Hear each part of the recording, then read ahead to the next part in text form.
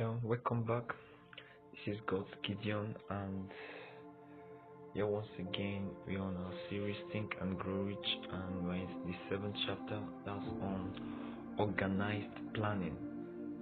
And we're seeing what planning has to do in achieving success, in achieving your goals, in fulfilling destiny, in becoming all that you intend to be. So let's dive into what organized planning is all about. Alright. Section 1, we're talking about what Hill teaches about planning. Now, Napoleon Hill says desire and imagination are just the beginning. To truly grow rich in purpose, in finances, in faith, you must organize your dream into a clear, actionable plan. So, in this book, the seventh chapter, Napoleon explains that it's not just enough to have desire, to have imagination. They are good things to have. It's important. They are the foundation for every success. You must have desire, you must have imagination, but they are raw materials on their own. They cannot help you to achieve success exclusively. So now, having desire and imagination alone is not enough. So they are just the beginning. So to truly grow rich, to experience richness in your purpose, in your finances, in your faith, you must organize your dream into what a clear, actionable plan. Okay, let's continue to see how this plays out. So now he emphasizes teamwork, flexibility, leadership, and persistence.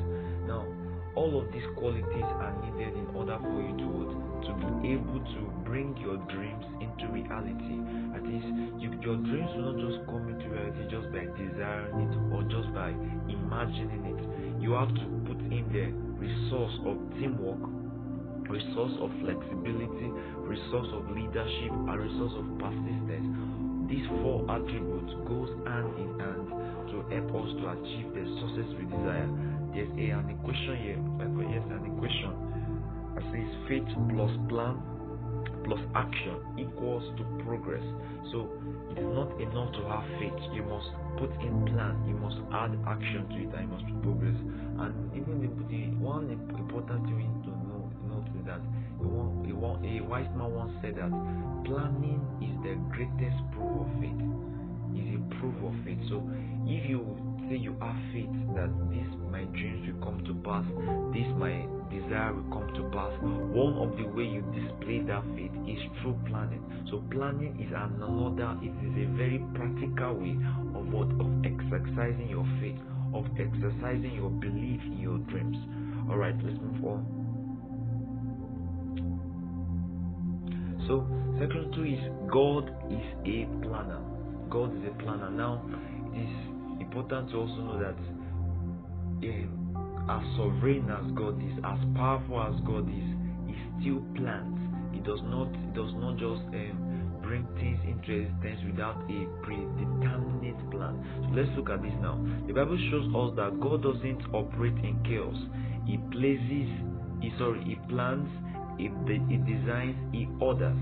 Jeremiah 29 verse 11 says, "For I know the plans I have for you, plans to prosper you." Proverbs 16 verse 3 says, "Commit your works to the Lord, and your plans will be established." So God is a God of plans. God has plans. You guys now. So God has plans.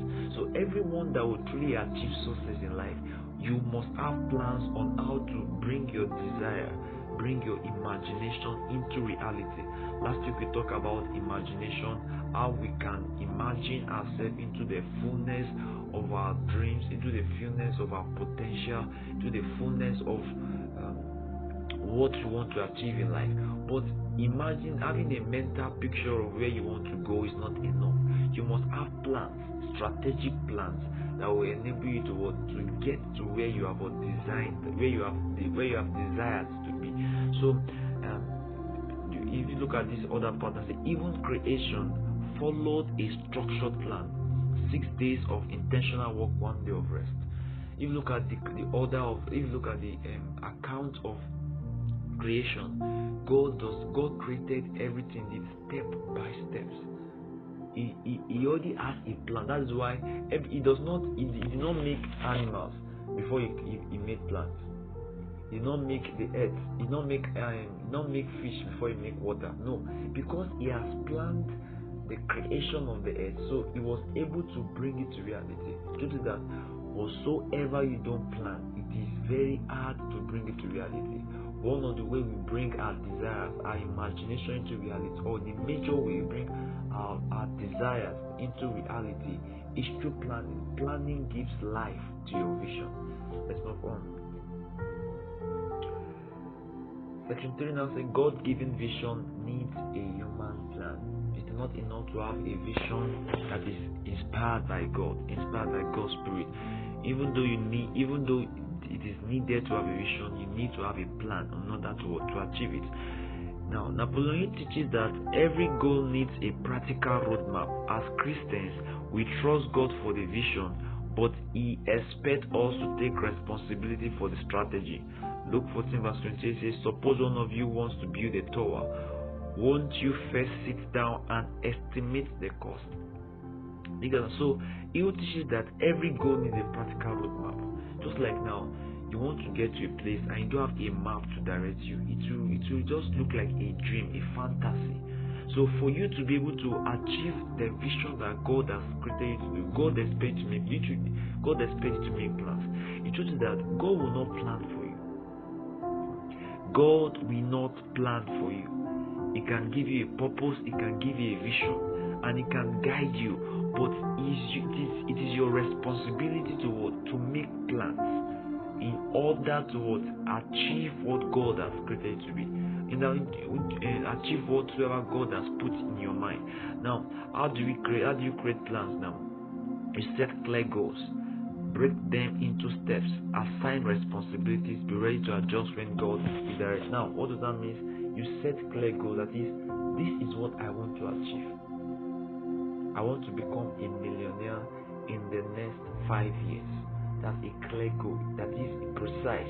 It is detailed enough to show you where you want to be in a particular time. Second one is break them into steps. Now that I want to become a millionaire in the next 5 years, what are the steps I will take? I will give myself to learning. I will invest in this. I will practice the law of saving, and so on. So that is you break them into steps.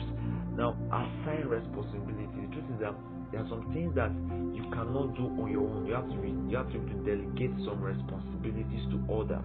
That's why that is the purpose of having a team group. The truth is that no success in life is achieved on an individual scale. You need others. You need the contribution of others in order to achieve your desired goal. And that might be the missing link in your dreams. You might have created clear goals. You might have break them into steps, but you need people that will work with you along the way in order to bring to pass those desires, those imaginations, the vision that you have in your mind, and be ready to adjust when God will direct. No matter how perfect your plan is, it is still subject under God's direction. You have to commit your plans to the Lord. You have to commit your ways to the Lord. Though He will not plan for you, but He will guide you. Isaiah chapter 14 verse 17 says, "And the Lord who teaches you what is best for you, who leads you in the way that you should go." So, regardless of the plans that we have made, regardless of how accurate they may seem, we have to still submit them to God's directive. Alright, so let's move on. So, since section 4, teamwork and godly counsel, he recommends forming a mastermind group, a small team of people committed to mutual success. As believers, this looks like wise counsel, godly accountability, and spirit-led partnerships. Proverbs 15 verse 22 says, "Plans fail for lack of counsel, but with many advisors they succeed." So, as I said earlier, your goals you can't achieve them on your own. God did not create us to be independent creatures. We are created to interdepend on others. We are created to live interdependently. Not to live dependently, but to live interdependently. So it is necessary that you have a team of mastermind, a mastermind team or mastermind group who have the same passion as you, who have the same vision as you, who have that have mutual, that you have a mutual agreement, mutual goals. So you must have this kind of people around you so that they can help in achieving your success in life. The truth is that when you combine individual strength, it becomes powerful as a whole. You get now? When you combine individual strength, now I as a person now, I have two other persons that are working with me now. Now their contribution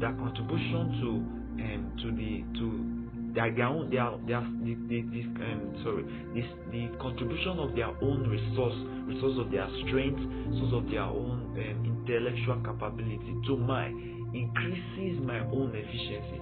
So I can be able to do more than what I can do on my own when others work with me.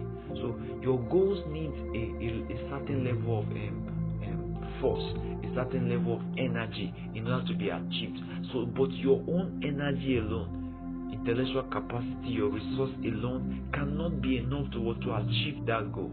So you need other. You need to get other energy vessels. You need to get other people that will add to your own energy level, so that you can be able to push your dreams, push your goals to fulfillment. Do you get now? So your goal needs a certain level of energy, certain amount of energy. So, and your own energy might not be enough to be able to push that goal to fulfillment. So that's why you need the help of other people to contribute their energies, so that they can be able to have sufficient energy to push your goal to fulfillment. All right, let's move on. God's timing versus your plan. Planning is powerful, but remember, your plans must submit to God. James chapter 4 verse 16 says, you ought to say, if the Lord wills, we will live and do this or that. So I've said that earlier, regardless of how good your plan is, it is still subject under God's directive. We must not, trust in the Lord with all your heart and lean not unto your own understanding. In all your ways acknowledge him and he will direct your path. Say, be not wise in your own conceit, on your own eyes. Fear the Lord and depart from him. So regardless of how smart your plans may be ensure that you still listen to his voice on how to carry it out, and be willing to submit to his word, to his directives. Organized planning isn't about controlling outcomes. It's about being a good steward of your calling, then trusting God to bring the increase. So organized planning is not just about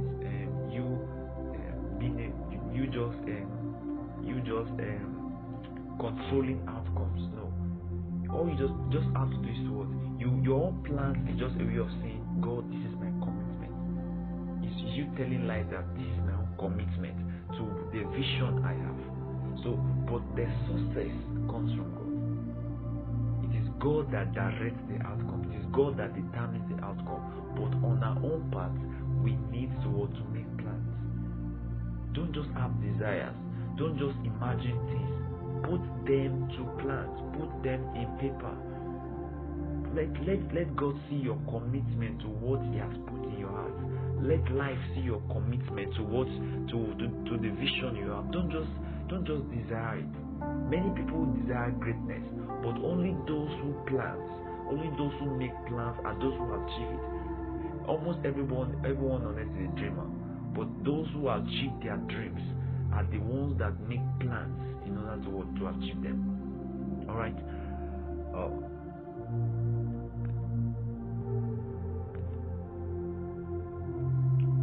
Okay, so sorry. Let's take the conclusion now.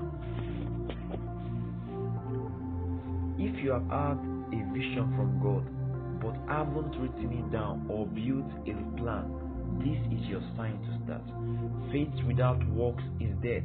Let your plan be a reflection of the faith inside you. So, you have desire. I believe you have a desire in your heart. I believe you have an imagination of where you want to be. Please, it is time to write it down. It it's time to start making plans. Those goals are achievable. Those dreams can be accomplished. But don't just let them remain in your mind. Bring them into life by writing them down.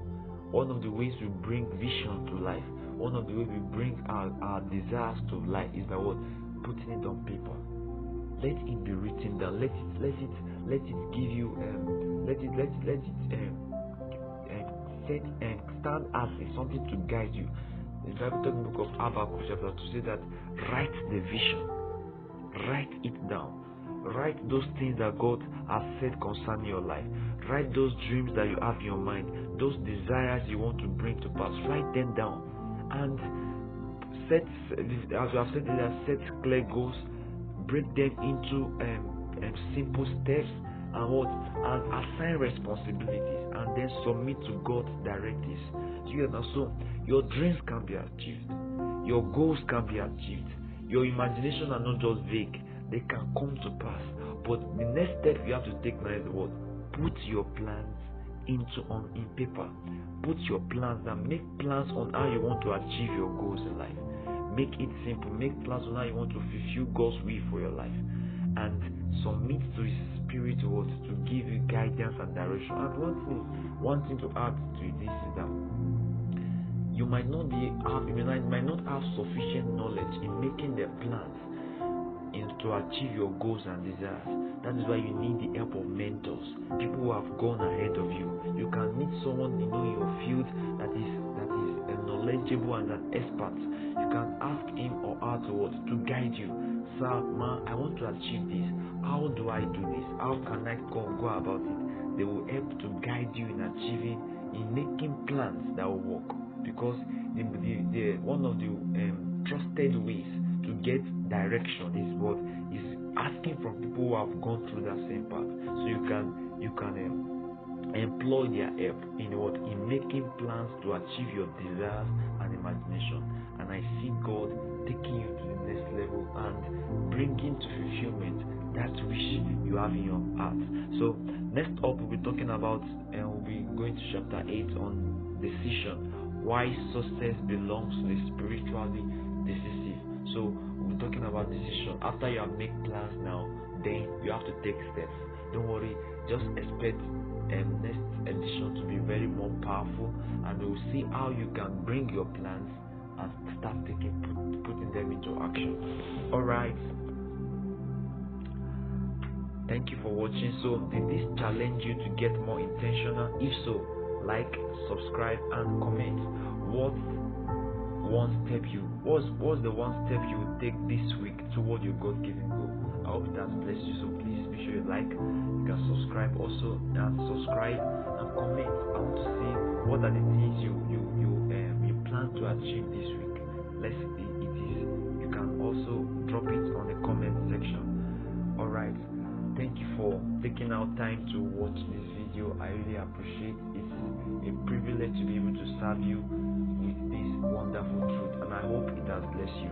Alright, see you in the next edition. I remain God's Gideon. God bless you.